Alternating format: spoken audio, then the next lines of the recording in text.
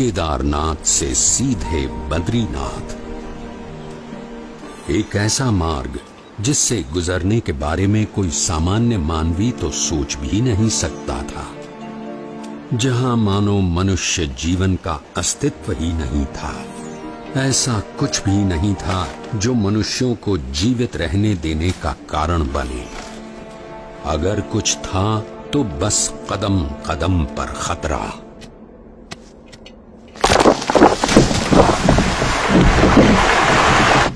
शून्य के नीचे का तापमान जो पानी को पीने के लायक भी नहीं छोड़ता था।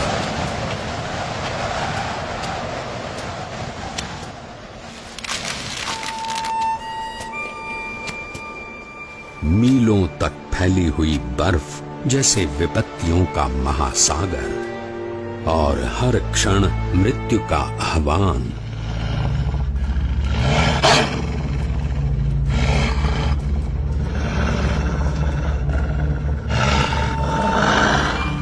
पर केवल 11 वर्ष का एक बालक कृत निश्चयी था अपने ध्येय तक पहुंचने के लिए।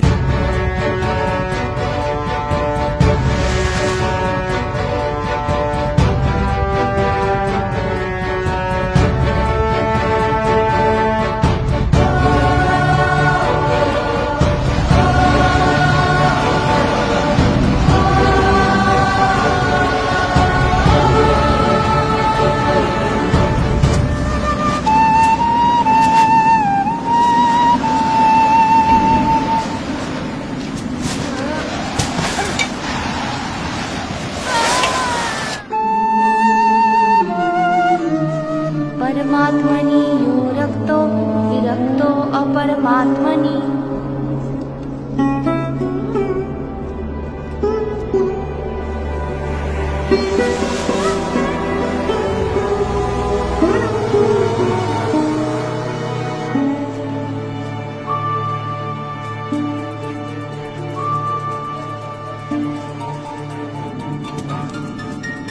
परमात्मनि यो रक्तो विरक्तो अपरमात्मनि।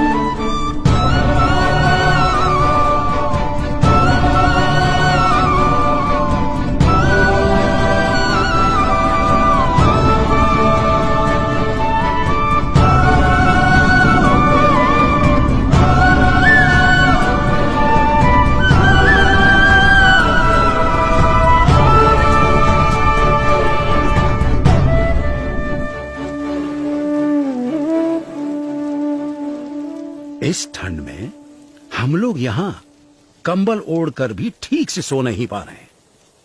और वो बच्चा नंगे पांव खुले शरीर केदारनाथ से सीधे बद्रीनाथ के विकट रास्ते पर अकेला चल पड़ा है। क्या हुआ होगा उसका?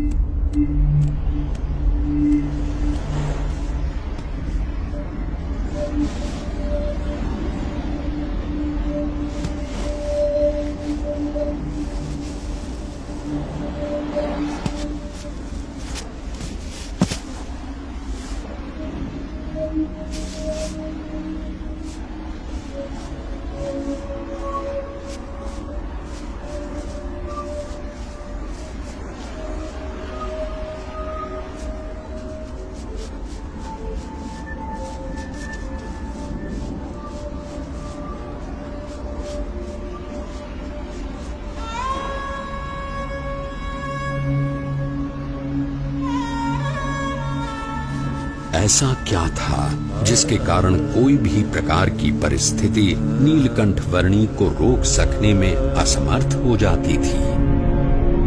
कभी हिमप्रपात तो कभी भयानक बारिश,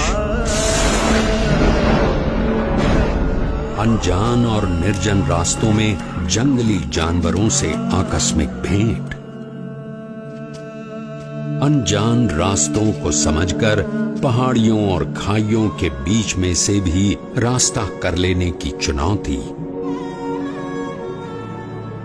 और आराम करने के लिए धरती का बिछौना और आकाश की चद्दर। नीलकंठ वर्णी की दृष्टि में ऐसा कुछ भी नहीं था जो इस मनुष्य शरीर से नहीं हो सकता था।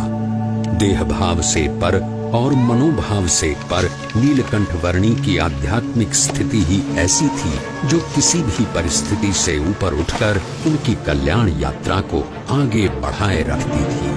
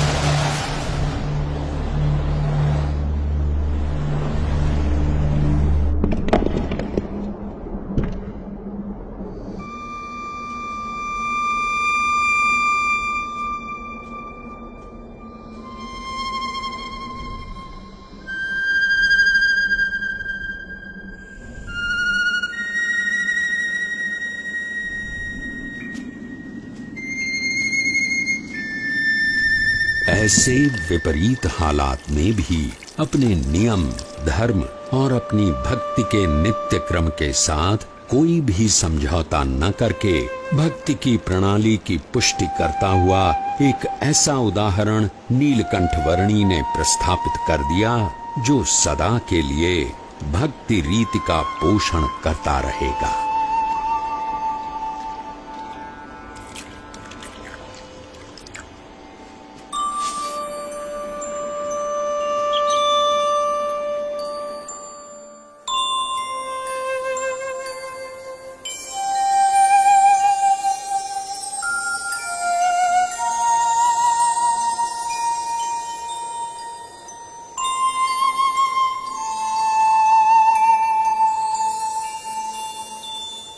आज के समय में भी कई लोग साथ मिलकर बहुत सारी सुविधाओं के साथ जिसे पार करने के लिए हिचकिचाते हैं, वैसा केदारनाथ से सीधे बद्रीनाथ जाने का लगभग 75 किलोमीटर का मार्ग नीलकंठ वर्णी ने नंगे पांव, खुले शरीर, अकेले केवल 9 दिनों में पार कर लिया।